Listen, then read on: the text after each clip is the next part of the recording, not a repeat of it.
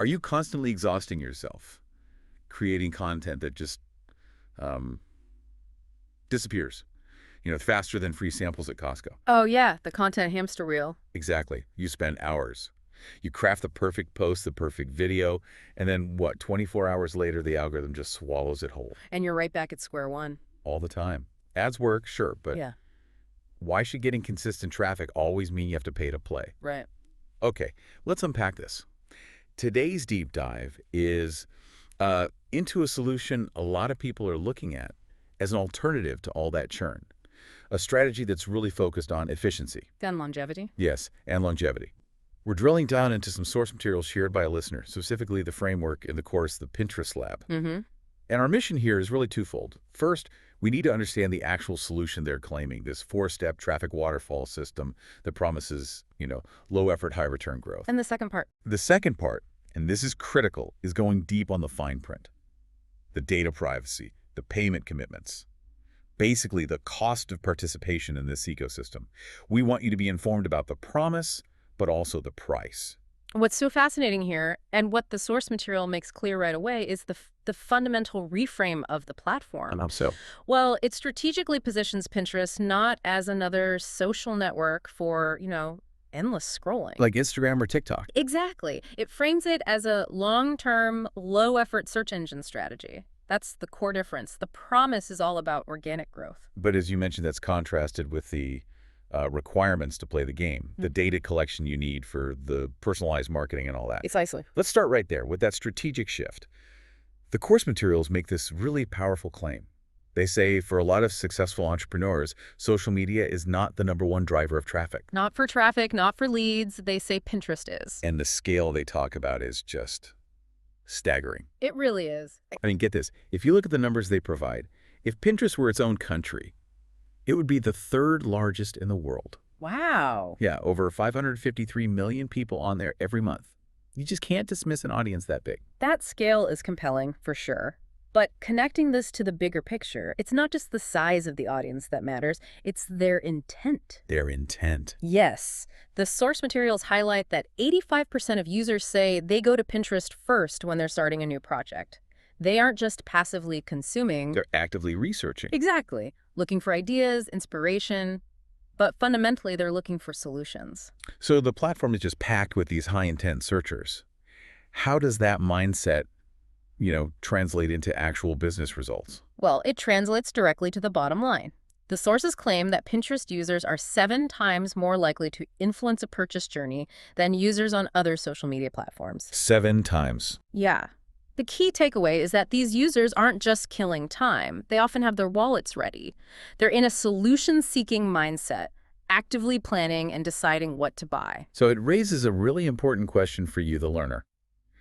Is your marketing budget just chasing fleeting attention where people want to be entertained? Or are you leveraging active purchase intent where customers are already looking for answers? That makes perfect sense. Hmm. I mean, if you're searching for best kitchen remodel ideas, Yeah. you're already thinking about spending money. That high intent is high value. Mm-hmm. And this is where the organic growth opportunity just explodes.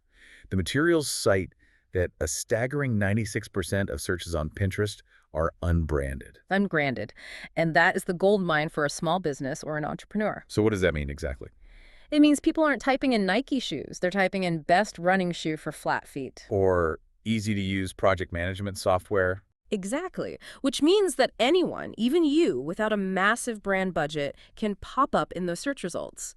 It's ideal for growth without constant expensive ads. And who is this high-intent audience? Does the demographic actually align with, say, the typical online course buyer? The materials are very precise about this. The ideal client profile is clearly defined. The majority of the audience is female, ages 25 to 44, with an average household income of over $100,000. Okay, so if your business is focused on higher value products or services, home, wellness, professional development, that demographic is a perfect match. It's a very powerful indicator of audience quality and spending power. That paints a picture of a massive motivated audience. But let's circle back to that burnout factor we started with. The biggest complaint from the one-person content machine is the time sink. Absolutely. You pour all this time in, and then you have to do it again tomorrow. And this is where the source materials make their most compelling. And, I'd argue, most challenged claim, longevity and efficiency. Longevity is the true differentiator they're selling, and they contrast the content lifespan starkly. Yeah, let's look at that lifespan metric. A typical Instagram reel or TikTok. Mm-hmm. What, it lasts about 24 hours? If you're lucky. Facebook's maybe 8 hours. Twitter, or X, is like 18 minutes.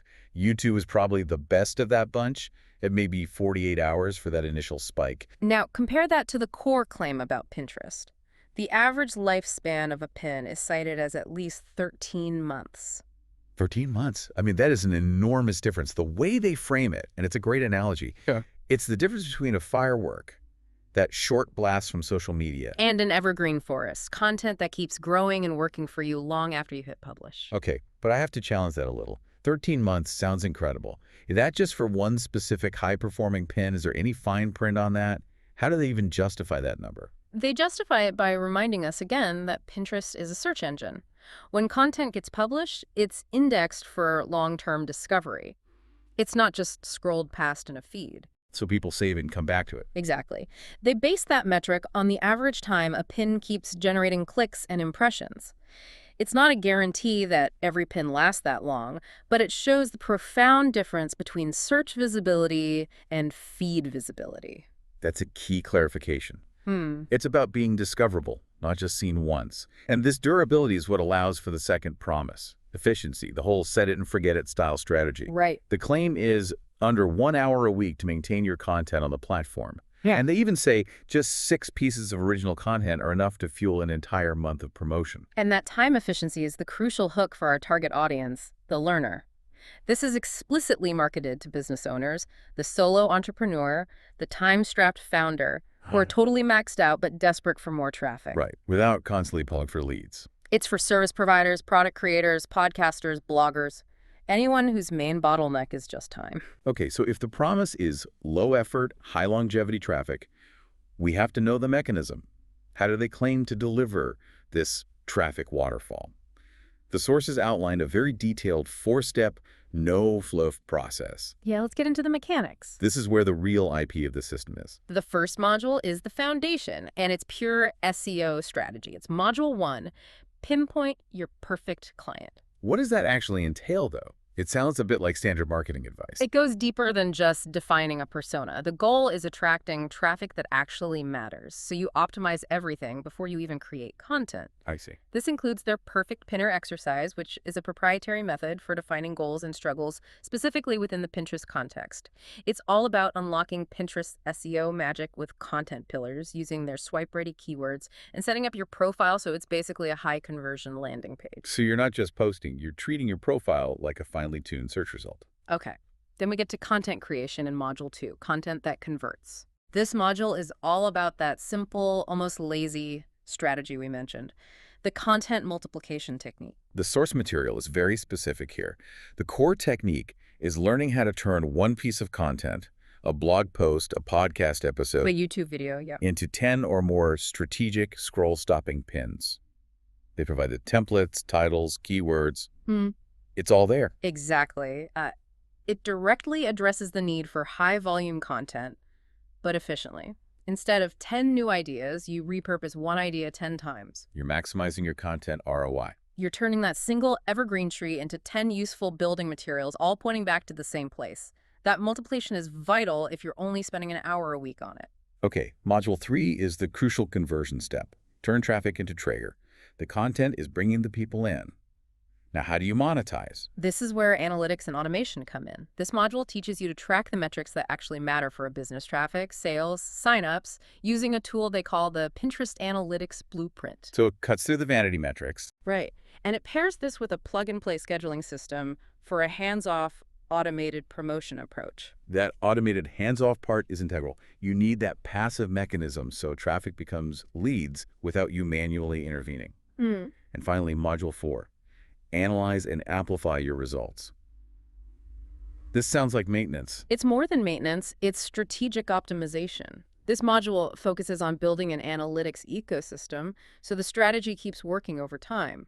You learn when to double down on what's working, which pins are driving sales, and when to pivot away from what's not. So every decision is based on hard data. Every decision, not just intuition. And to sweeten the deal, they mention some value stacking, like the AI-powered Sidekick prompts and workflows and the 10x blog positioning prompt form, which helps you turn one blog title into 10 different pin angles. It's all about automation at every single stage. That's the full promise.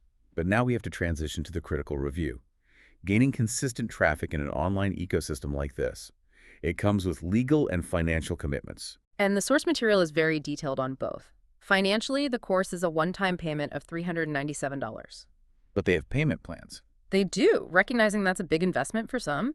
They offer 6 payments of $69 a month or 12 payments of $39 a month. Let's talk about the critical fine print here, because this is where the commitment gets binding. Absolutely. The terms include the safety pin promise, which is their 30-day money-back guarantee. You can change your mind and get a refund within those 30 days. Crucially, the terms state that if you choose a payment plan and you do not request a refund within those 30 days, you are legally required to complete all the remaining payments, even if you stop using the program. That's the lock-in clause. It's a necessary detail for anyone on a payment plan. The commitment becomes a binding contract after that first month. Precisely. And beyond the money, we need to talk about the data exchange that powers this entire model. Yeah. It's all in the privacy policy, and it gives you deep context for how targeted marketing really works. Okay, so what kind of data are they collecting? Let's break those legal categories down. There are 3 main buckets. First, personal data. That's what you give them. Name, email, address, age, gender. Standard stuff for an account. And financial data. Second is financial data, like your credit card, but that gets immediately transferred to third-party processors like Samcart, PayPal, or Stripe. Okay. The third category, and this is the most revealing, is derivative data. Let's quickly define that for the learner, because that sounds technical. Think of it as the digital breadcrumbs you leave behind. They automatically sweep it up to see how you use the site. It includes your IP address, your browser type, when you logged in, what pages you looked at, and, of course, cookies and log data. So they use all those breadcrumbs to figure out your behavior patterns. Yes.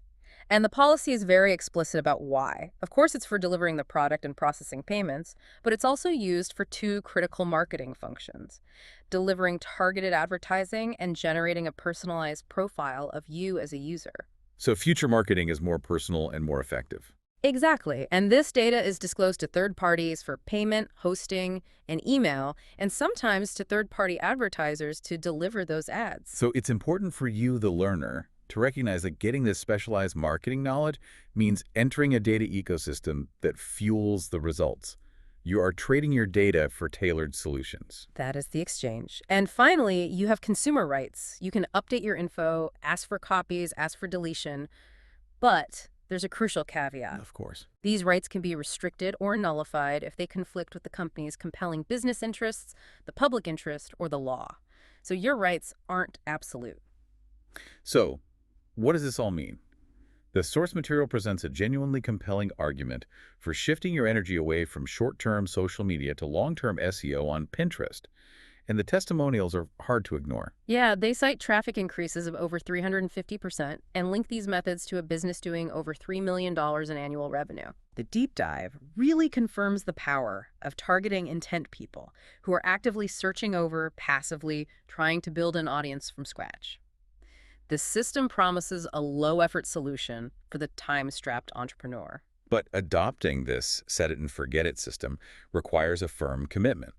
Financially, you're locked in after 30 days on a payment plan, and you're consenting to data sharing for the personalization that drives the whole thing. It truly reframes how you should look at the ROI on your content creation time. You now know that 96% of searches on this platform are unbranded. You know that content lifespan is measured in months, not hours. So if your goal is sustainable growth that actually pays the bills, are you investing enough of your time and effort in systems where customers are already looking for the solutions you provide? Or are you still relying on social media platforms designed for fleeting, temporary attention? That's the strategic decision this material really forces every entrepreneur to confront.